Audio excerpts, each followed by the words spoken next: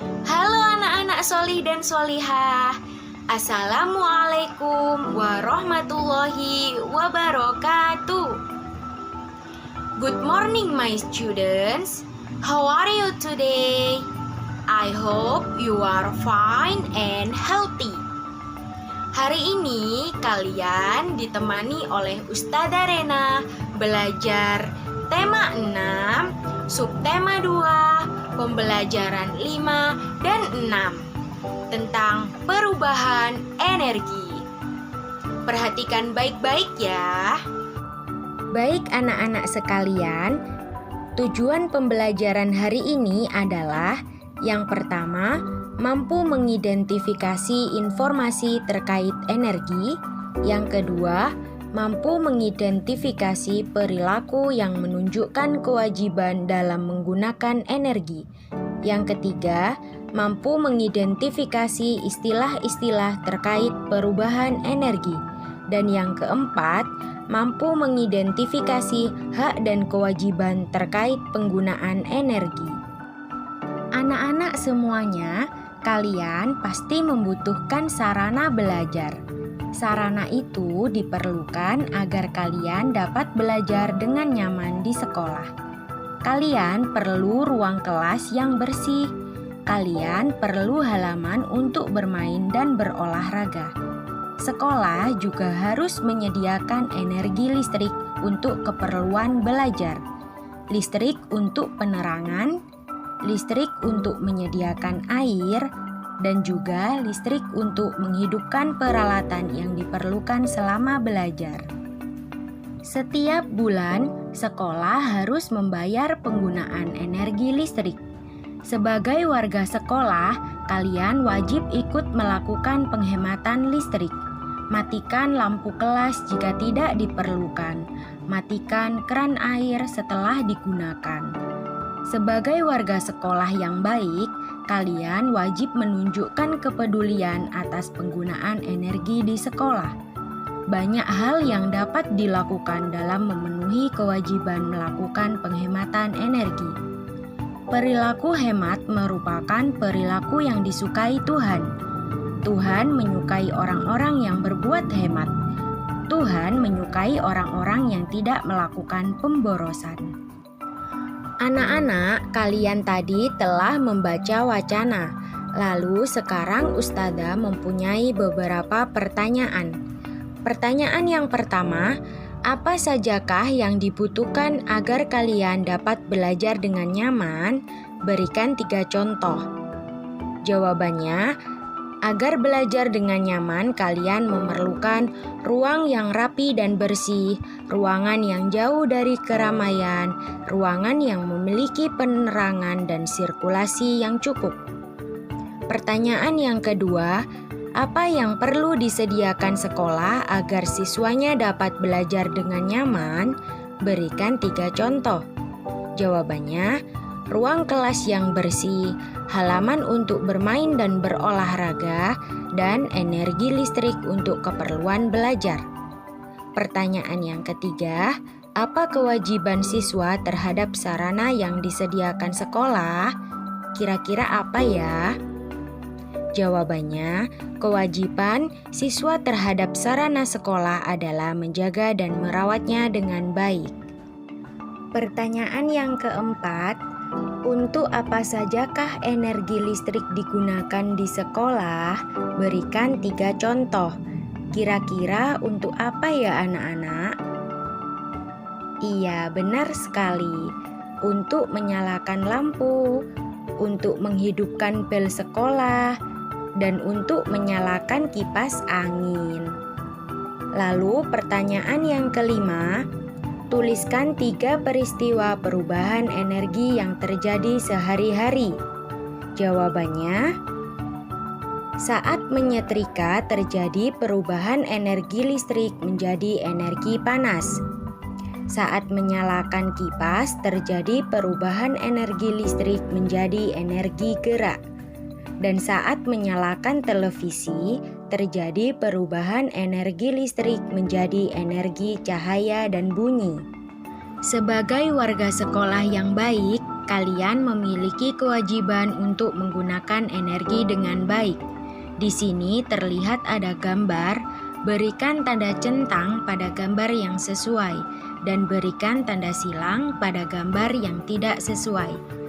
Untuk gambar yang pertama, ada anak yang sedang menghambur-hamburkan air dan ada anak yang sedang mematikan keran air. Kira-kira mana yang kita beri tanda centang dan mana yang diberi tanda silang? Iya, benar sekali. Gambar yang pertama kita beri tanda silang dan yang gambar kedua kita beri tanda centang. Selanjutnya, untuk yang nomor 2, ada gambar 2 anak yang sedang membersihkan jendela. Dan ada gambar kelas kosong yang kipas anginnya masih menyala. Manakah yang diberi tanda silang dan manakah yang diberi tanda centang? Iya, anak hebat, pintar sekali. Untuk gambar yang pertama, kita beri tanda centang dan gambar yang kedua kita beri tanda silang. Karena di sini kelas yang sedang kosong akan tetapi kipasnya yang masih menyala merupakan pemborosan energi. Lalu selanjutnya yang nomor 3, ada gambar anak yang sedang mencoret-coret papan tulis dan ada anak yang sedang menyiram tanaman. Kira-kira mana yang kita beri tanda centang dan mana yang kita beri tanda silang? Benar sekali, anak hebat. Yang kita beri tanda centang adalah gambar yang kedua yang sedang menyiram tanaman dan yang diberi tanda silang adalah anak yang sedang mencoret-coret papan tulis. Anak-anak yang pintar, di sini ada kewajiban menggunakan energi di rumah. Apa sih kewajiban kita menggunakan energi di rumah? Yang pertama yaitu menggunakan energi dengan bijak atau sesuai kebutuhan. Yang kedua, menjaga kelestarian sumber-sumber energi yang ada.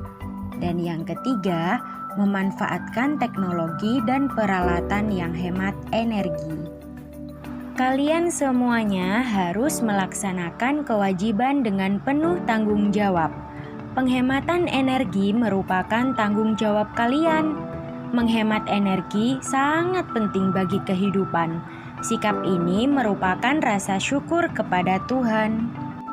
Anak-anak yang hebat, kalian sudah mempelajari bahwa perubahan energi selalu terjadi kapanpun dan dimanapun. Seringkali kita tidak menyadari terjadinya perubahan energi. Contohnya, ketika menonton televisi, kalian tidak menyadari bahwa telah terjadi perubahan energi listrik menjadi energi cahaya. Perubahan energi lainnya yang sering tidak disadari, misalnya saat buah jatuh. Saat buah jatuh juga terjadi perubahan energi. Perubahan tersebut, energi gerak menjadi energi bunyi. Perubahan energi adalah peristiwa yang setiap saat dapat diamati. Sekarang, susunlah informasi perubahan energi, mulai dari kalian bangun tidur sampai kalian tiba di sekolah. Contohnya, menyalakan lampu kamar tidur. Terjadi perubahan energi listrik menjadi energi cahaya. Bisa dikerjakan dengan ayah atau bundanya ya. Energi adalah karunia Tuhan yang sangat besar. Manusia tidak mampu menciptakan energi. Manusia juga tidak mampu memusnahkannya. Manusia hanya mampu mengubah bentuknya. Perubahan energi dari satu bentuk ke bentuk lainnya. Perubahan inilah yang dapat dimanfaatkan. Siapapun berhak memanfaatkan energi yang ada di muka bumi ini. Namun, jika ada hak, maka akan ada kewajiban yang harus ditunaikan. Contohnya, kita berhak menggunakan listrik Akan tetapi kita juga berkewajiban untuk membayar rekening listrik. Nah, sekarang lengkapi tabel berikut ini. Isi dengan hak dan kewajiban yang saling berhubungan ya. Selain itu juga yang terkait dengan penggunaannya. Seperti contohnya ada hak mendapatkan makanan dan minuman untuk memperoleh energi. Jadi kita berkewajiban untuk menghabiskan makanan yang sudah diambil atau diberikan. Bisa diisi atau berdiskusi dengan orang tuanya di rumah ya. Baik anak-anak yang hebat, itu tadi adalah penjelasan dari Ustazah. Jangan lupa tetap semangat belajar di rumah ya. Pesan Ustazah, don't forget to pray on time, don't forget to read Holy Al-Quran, don't forget to obey your parents, and be careful. Ustazah akhiri, wassalamualaikum warahmatullahi wabarakatuh.